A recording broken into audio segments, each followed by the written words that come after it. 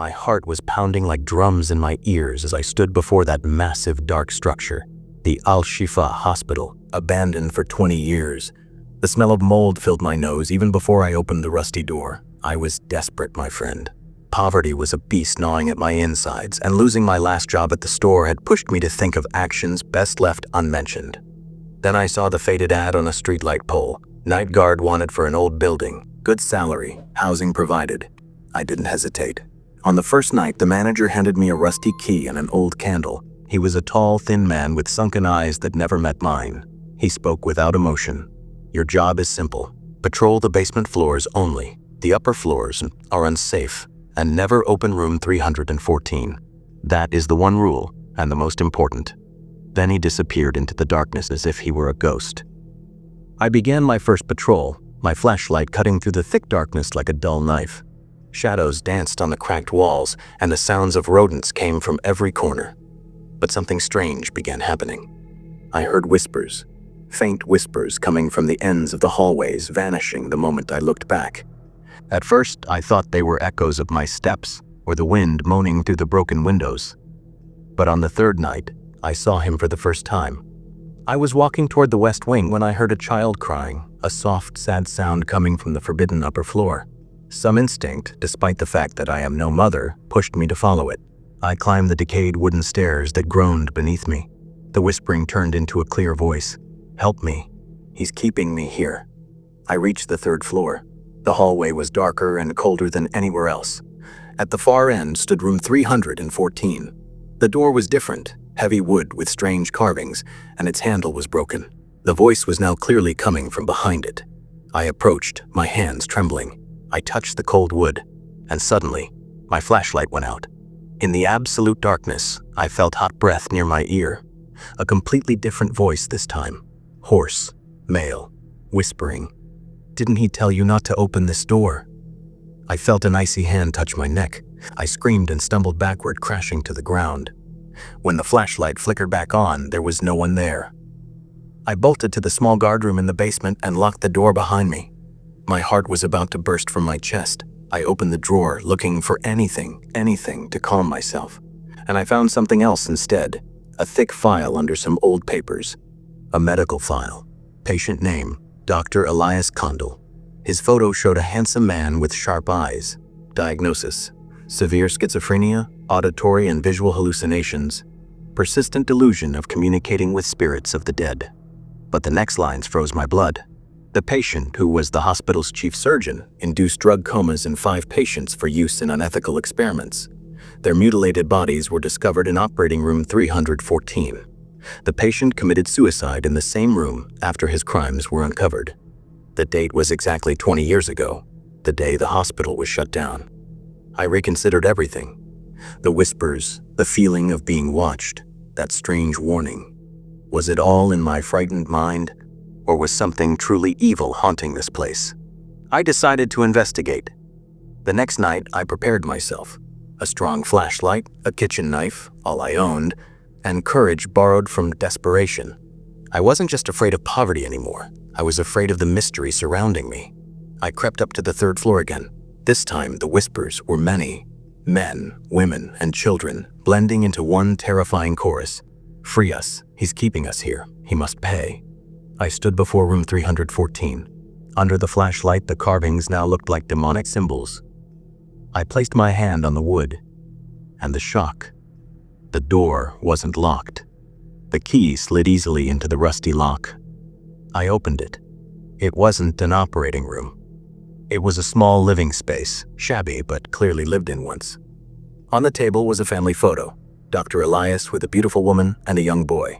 On the back, with my wife Layla and my son Adam, before the incident. Then I saw the journal, a faded black leather notebook. I opened to the last entry, written in shaky, panic-stricken handwriting. "I understand now. The spirits do not wish to leave. They want justice. They were not ordinary patients. They were samples for his experiments. He extracted life energy from them, or so he claimed. But something evil came through each procedure, something that consumed his soul and trapped them here. I myself have become a prisoner. They demand a body, a living body so they can be freed. They're dragging me into the darkness now. If anyone finds this, run." Do not trust the manager. He is not. The last word was violently scratched out. My stomach churned. The manager, the thin man who hired me. Suddenly, every small detail felt sinister. How he knew I was completely desperate, how he insisted I live inside the hospital, how he always vanished before midnight. I heard heavy footsteps on the stairs, slow, steady, coming toward me. Not a ghost, an actual person. I looked around quickly. There was an air vent high on the wall. I climbed onto the table, yanked off the rusty cover, and squeezed inside. It was tight, dusty, full of spiders, but my only refuge. Through the vent's mesh, I saw the manager enter. But he was no longer the frail, hollow man. His stance was stronger and his face was changing. Not an expression, actual faces shifting beneath his skin. The whispers rose into a horrific chorus. It's him, the executioner. Trap him. The man, or whatever he was, stood in the center of the room and closed his eyes, then spoke in a voice not his own, a sorrowful woman's voice. I'm sorry. I didn't mean... Then a child's furious voice. You killed us. We'll take everything from you. Then his original cold, hoarse voice. Enough. We have found a new vessel, the hungry young man. His body is strong. We will use him and discard this frail shell. The horrifying truth hit me instantly. The manager was Dr. Elias. He hadn't killed himself. He had tried to banish the spirits he awakened, but they took him instead. He became their vessel. And now they wanted a new vessel. Me. I watched him draw a gleaming surgical knife from his coat. He intended to transfer them into me, probably through some ritual in this very room. The spirit's whispers grew more desperate. Help us punish him. We know how. My battle wasn't just with a madman, but with 5 malevolent entities inside him. How could I fight that? I remembered something from the journal about life energy. Suddenly, a mad, dangerous idea struck me. Maybe not all the spirits were evil. Maybe some, the victims, were trapped here against their will, wanting freedom, not possession. I crawled out of the vent, ran to the guard room, grabbed a gasoline can I used for the old generator, and rushed back upstairs. I found him standing in the middle of room 314, chanting some strange incantation in a language I didn't know. The knife gleamed in the moonlight, spilling through the broken window. I shouted, Elias, look, your wife and son. I held up the family photo. He froze. The shifting faces twisted violently. A woman's sobbing voice screamed, Layla, Adam, I'm sorry. Then the cold voice, no, do not give in. The new vessel is near. In that brief moment of internal conflict, I splashed gasoline around the room and onto his legs. He stared at me, bewildered, a creature made of pain and malice. I backed toward the door. I don't want to hurt you, and I don't want them to hurt me, but they will never stop. You must burn. Everything. This room, their memory, your pain. I lit a match and threw it. The room ignited instantly. The flames were blue at first, as if burning more than just wood. A chorus of screams burst from his mouth. Men, women, a child. And finally, Dr. Elias himself, a scream of agonizing release. I ran from the building, coughing from the smoke. I stood in the front garden and watched the 3rd floor burn. The voices faded, one by one, until true silence finally settled for the first time. The fire brought the police and firefighters. They arrested me at first for arson, but when they checked the hospital's old records, they found missing investigations about patient disappearances. And when they searched the ruins of room 314, they found ancient bone fragments buried under the floorboards. I was cleared. They said the fire was due to an electrical short, but they found no trace of the manager's body. He vanished, as if he were a ghost. The irony? After the fire, it turned out the building was heavily insured, and since I had an active work contract, I inherited the payout as the only surviving employee.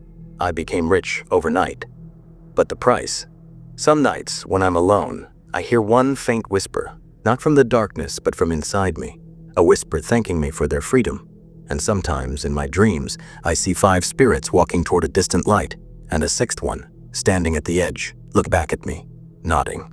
Dr. Elias, finally at peace. And me, I found money. But I lost something that will never return, my belief that the world is a safe place. Because now I know the worst monsters aren't the ones haunting abandoned places. They're the ones hiding inside us, waiting for a moment of weakness to emerge. Or the ones we allow in because we're too desperate to say no. And that's the true horror. I'm no longer afraid of the shadows in the corners. I fear the whisper that may one day rise from within me and ask me to return there, where darkness awaits a new vessel. The end.